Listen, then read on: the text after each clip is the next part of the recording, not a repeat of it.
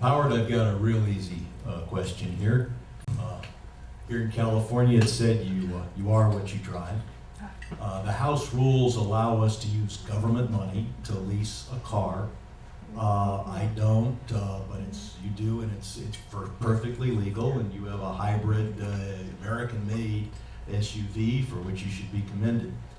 But the House rules make it clear that you can't use that government leased car for any personal or political use.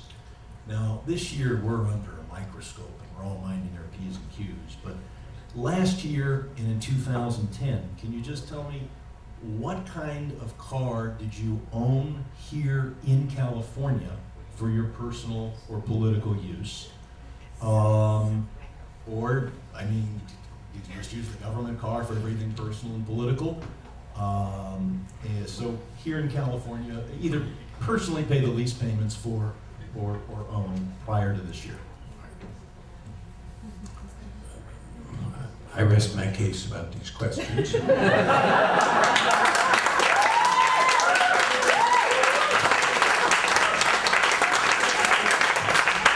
This is a man who everyone in Washington knows has his government staff pick him up at night at the airport, paid for by the government to chauffeur him to his house and to figure out how to get back to their place. This is a man who has people, whether it's in his campaign or in the government, driving him everywhere. I own one car that I paid for, and I'm happy to say the payments are finished, and I own it completely. My wife owns one car, and I have a leased car on the government as the rules allow. And now I have a fourth car, which is leased on the campaign. In my life for the past 10 years, I haven't been spending all my time doing, quote, politics, but we're in a political season, and I'm quite aware that my personal car, which is in Washington, and my lease car, which is in here, and I'm driving a lease car. Thank you for the question, Brad. I think we explored it, and let me ask you, Mr. Edelstein, was this a multiple series of questions, or was this a question? Howard, you didn't answer the question. What kind of car did you drive last year in California? Just tell us. Brad. It's a simple question.